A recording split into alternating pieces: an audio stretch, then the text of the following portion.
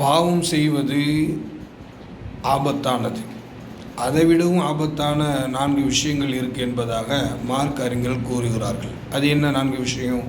1, பாவம் செய்வதை லேசாக கருதுவது.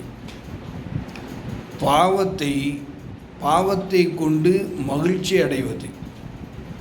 3, பாவத்தை தொடர்ந்து செய்வது.